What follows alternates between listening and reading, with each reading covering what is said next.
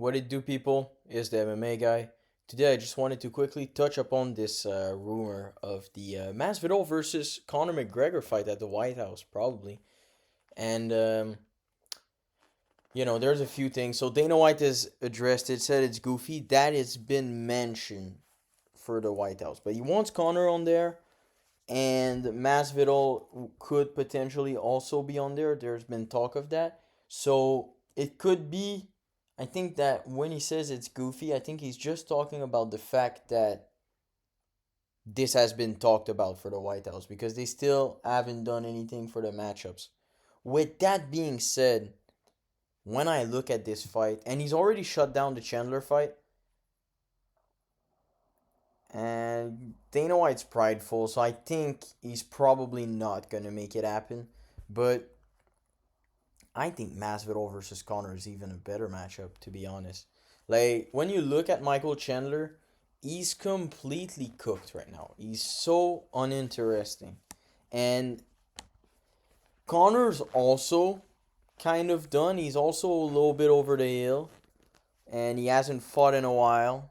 Last time last time broke his leg, but before that, he didn't look too bad against Dustin before he got cooked.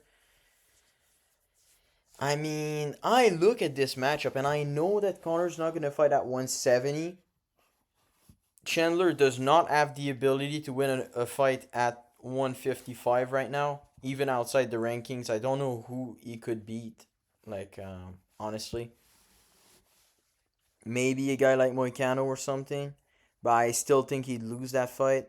Maybe you put like Michael Chandler against Benil Dariush on the as the first fight on a like prelim card, but Michael Chandler's acting like the UFC owes him. Dude, you can't win a fight for nothing. You can't win a fight to save your life. You're in the Conor situation, except you're not Conor, buddy. So it's like I don't really care. I don't think the UFC owes Michael Chandler anything when it comes to that matchup, to be honest. Because they've given him the opportunities. Oh, yeah, no, okay, you're waiting for Conor? We're going to give you a number one contender fight. And you got 49-46 by Charles in that fight. And then they're like, okay, well, we'll give you a super lowly ranked prospect in Paddy the Baddy, who's had controversial decisions against Jared Gordon, who's never going to be ranked a day in his life, and who's kind of mid and hasn't been winning like crazy, got whooped by Bobby Green.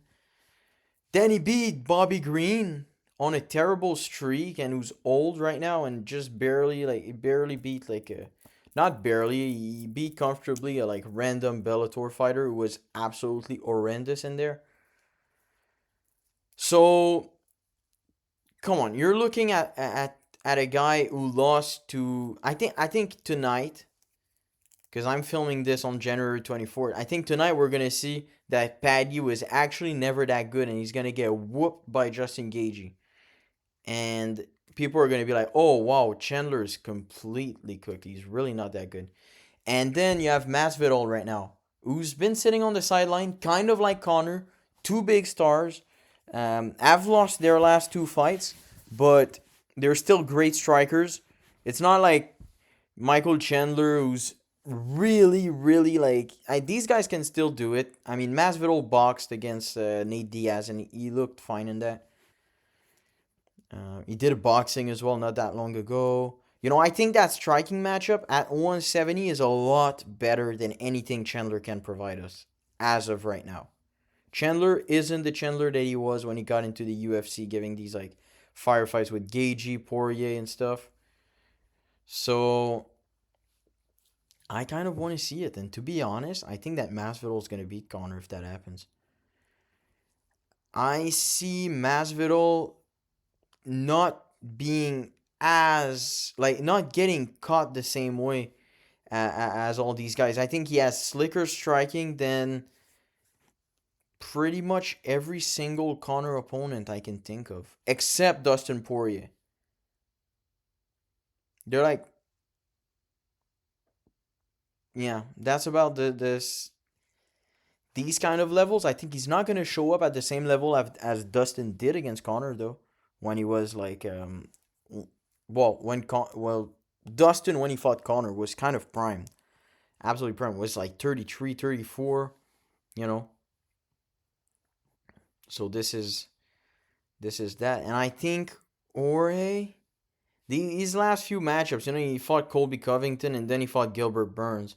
He got grappled in both of those fights. This is and Jorge Masvidal was never like a crazy anti-grappler or anything like that. People always say that about old fighters.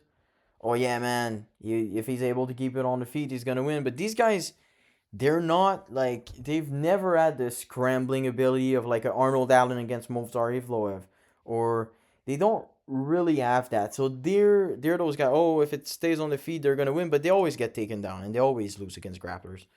That's what was happening in this era. But now to have a fighter that's actually gonna stand and bang with Jorge, like Conor, who doesn't have that grappling.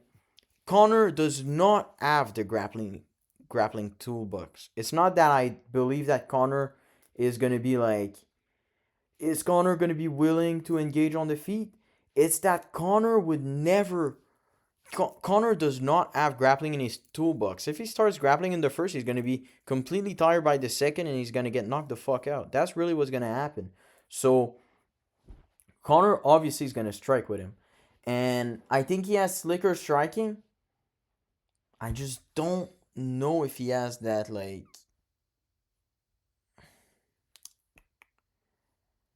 Does he have that same level of cardio volume? Is he gonna be able to match him for 3 rounds straight? And if he doesn't match him for 3 rounds straight, he's gonna be at 70 against a guy who can pack a punch. I mean, Ore does not have crazy power, but he has solid power to the point where if he starts overwhelming Conor in the second or third, he could finish him there. And I see it happening. I could see a late finish from Jorge. I also can see Conor catch him. I'd be very intrigued. This is gonna be like that would be an actual high level technical fight between two guys who are physically not cream of the crop anymore. But still, when it comes to the pure technicality of it, it would still be like a phenomenal fight, I think. And I'm really hoping that the UFC makes this for Conor. As I obviously we don't want this to be at the end of the card. Absolutely not. That would be like, oh, okay, that's very uninteresting to have this at the end of the card. We want it to be like kind of earlier in the night, maybe co-main or co-main or something like that. But I want a big title fight at the end. Respect to Conor, but is he still the draw? Do I still care as much about a Conor fight? Do I care as much about a Conor fight than I do about an Ilya Topuria fight right now? There's no way you could convince me that I do. And I hope that is the same for y'all. Because we have the highest level fighters we've ever had in the history of the sport right now. And it's a lot more interesting than a 37-year-old Conor. With that being said, these kind of matchups do get me excited a bit. So this is it. Thank you for watching, guys. I hope you liked the video. Make sure you comment, subscribe, and yeah, like the video as well. Till next time.